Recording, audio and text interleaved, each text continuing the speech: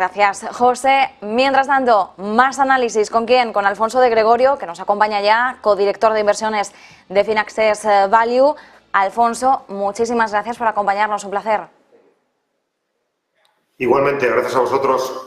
Bueno, Alfonso, entorno bastante interesante en el mercado. Ahora ya pasamos de la política internacional a la economía. Bueno, ¿cómo estás viendo?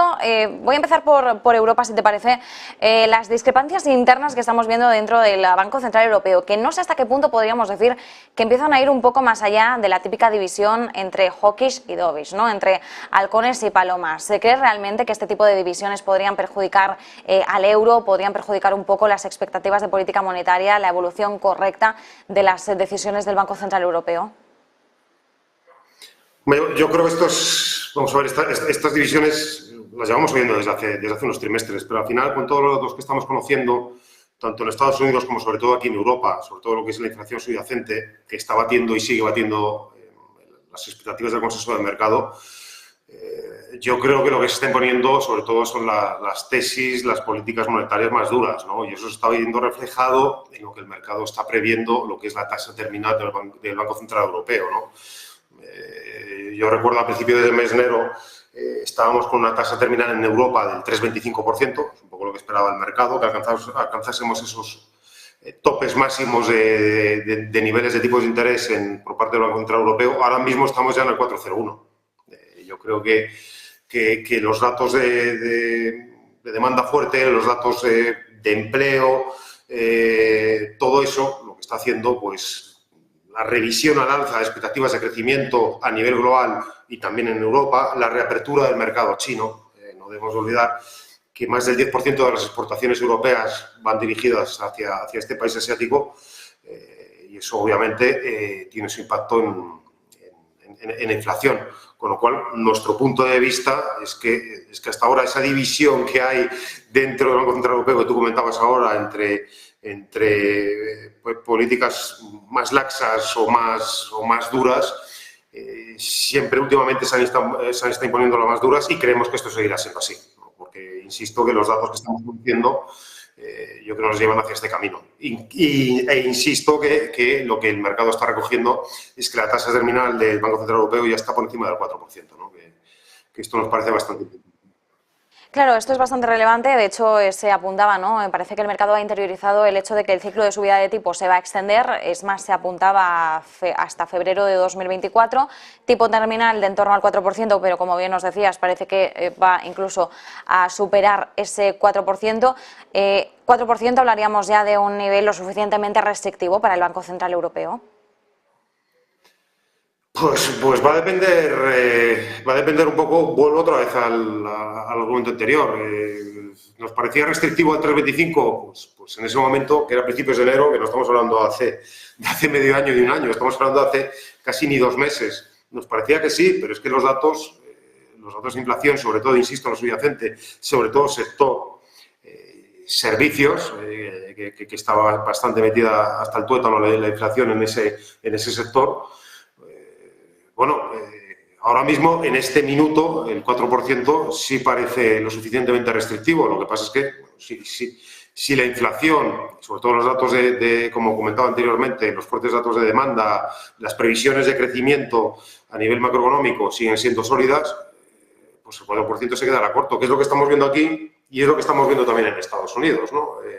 En Estados Unidos quizás con más fuerza, ¿no? O sea, en Estados Unidos la tasa terminal de la FED, estábamos hablando, me acuerdo también a principios de enero, del 5%. Ahora estamos hablando ya del 5,62%. O sea, está pasando un poco lo mismo, quizás incluso con más fuerza en Estados Unidos que en Europa en ese sentido, ¿no? Estamos viendo un mercado laboral en Estados Unidos fortísimo. Ayer conocimos las actas de la FED que bueno, al final lo que indicaban las empresas americanas es que las presiones inflacionistas persisten, se han moderado algo, pero persisten. Lo que estamos conociendo de datos son que la creación de empleo está siendo superior a lo previsto, 242.000 nuevos puestos de trabajo en febrero, se esperaban 200.000, que los salarios siguen subiendo fuerte. Conocíamos que eso es un contraste con Europa, por cierto. En Estados Unidos los salarios están creciendo al ritmo del 7,2%, en Europa estamos hablando del 5%, ¿no? Y que las vacantes disponibles en Estados Unidos siguen siendo muy elevadas. Es que en Estados Unidos seguimos, por cada desempleado existen casi 2 vacantes disponibles. Entonces, todo eso, toda esa demanda sólida, todo ese mercado laboral sólido y toda esa economía que está yendo mejor de lo previsto, según ha declarado la propia FED, por ellos mismos, pues eso lo que te hace es reafirmar el tono hawkish de la FED, que fue lo que comentó Powell hace un par de días, ¿no? Todo va a depender, o sea, insisto, ¿no? A tu pregunta, ¿el 4% ya es lo suficientemente restrictivo o el 5,62% en Estados Unidos? Pues todo va a depender de la evolución macro, pero la evolución macro concretamente de la evolución del desempleo, que sigue siendo muy sólido, que es lo que está tirando hacia arriba todavía de la demanda, ¿no? Todo va a depender de eso. Pero por lo que se está demostrando, por ahora las políticas monetarias han tenido un impacto en un primer momento positivo, pero ahora se está viendo que el impacto está siendo mucho más lento y más moderado de lo previsto. Entonces nosotros, personalmente, no descartaríamos subidas superiores a lo que actualmente está descontando el mercado, la verdad.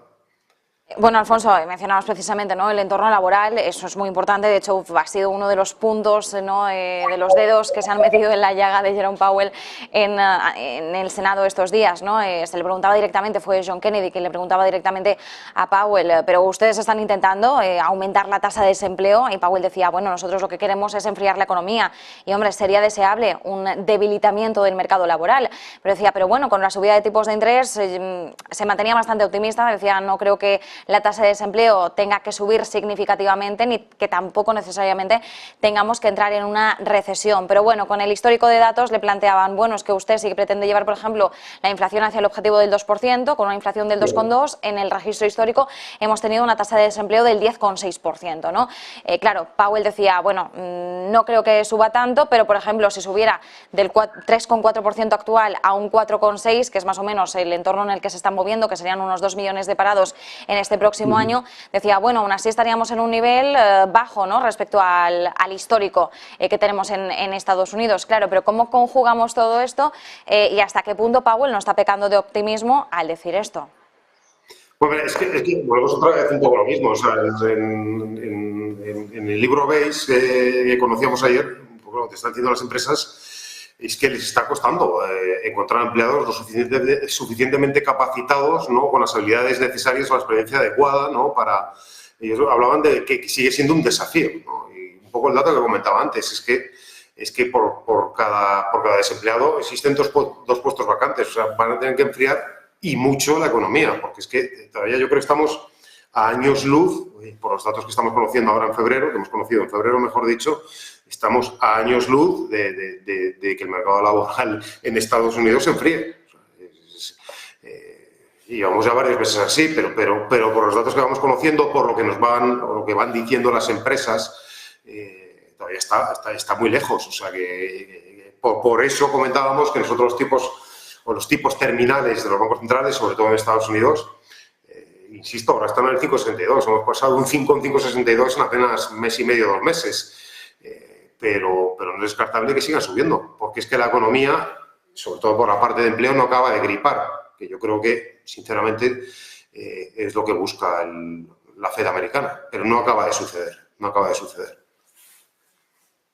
Alfonso, en medio de este contexto que tenemos, ¿por dónde pasan ahora mismo las principales oportunidades de inversión o por dónde estáis centrando vuestra estrategia central? Mira, nosotros seguimos con un posicionamiento elevado en el mercado financiero. Ahora ya te diría que no tanto en bancos, sino en aseguradoras. Yo creo que el sector asegurador dentro del sector financiero, yo creo que se beneficia, es como se suele decir, bueno, un efecto de segunda ronda, ¿no?, de las subidas de tipos de interés. Por varias razones, ¿no? Primero, porque puede invertir las primas a unos tipos más altos. Segundo, porque es verdad que las aseguradoras tienen un decalaje más largo, pero ahora van a empezar a poder repercutir en las primas, en los precios, a los clientes, esas subidas de la inflación, ¿no? Tiene un decalaje, bueno, de unos meses y lo vamos a poder ver ahora en la cuenta de resultados de las aseguradoras, ¿no?